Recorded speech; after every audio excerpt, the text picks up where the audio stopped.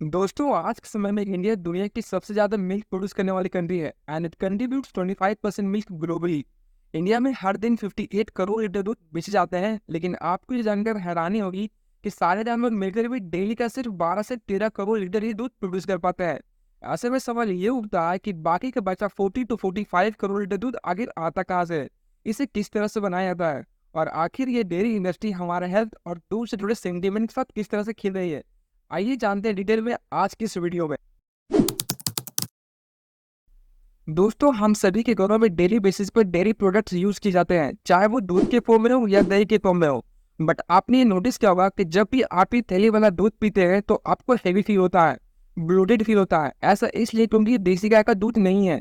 इसमें कई सारे केमिकल्स और प्रिजर्वेटिव मिले होते हैं ताकि दूध को लंबे वक्त तक प्रिजर्व करके रखा जा सके।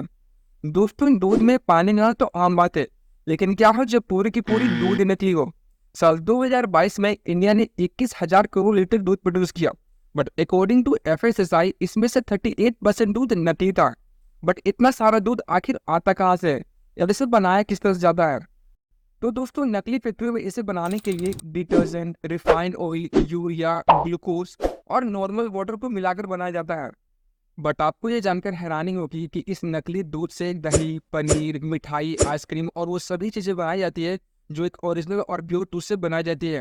And after using it for a long time हमें इससे diarrhoea, kidney stone and even cancer तक भी हो सकता है।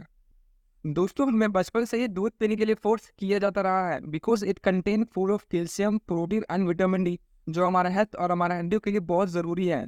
बट साल 2018 में एक साइंटिफिक स्टडी की गई और एनआईएन की एक रिपोर्ट के मुताबिक दुनिया में 3 ऐसे कंट्री हैं जहां सबसे ज़्यादा दूध कंज्यूम किया जाता है। The first one is India, second is Denmark and third is Sweden. और इन तीनों कंट्रियों में सबसे ज़्यादा बोन डिजीज पाई गई। जबकि थाईलैंड एंड वियतनाम 2 ऐसे कंट्री हैं जहां सबसे कम दूध कंज्यूम किया जाता है और सबसे कम बोन डिजीज इन्हीं 2 कंट्रियों में पाई गई। इसका मतलब ये नहीं कि दूध ही खराब है या फिर दूध में किसी भी तरह की प्रोटीन नहीं पाई जाती, बल्कि जो दूध हम मार्केट से ला रहे हैं वो ज़्यादातर नकली है। और जो गायों से दूध निकालने का तरीका है वो बड़ा ही क्रूर है, बड़ा ही दर्दनाक है।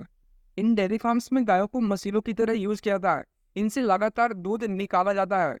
जैसा कि हम सभी जानते हैं, एक माँ सिर्फ तभी दूध देती है जब वो अपने बच्चों को जन्म देती है। ठीक उसी तरह ये मैमल्स भी सिर्फ तभी दूध देती है जब ये अपने काफ को जन्म देती है।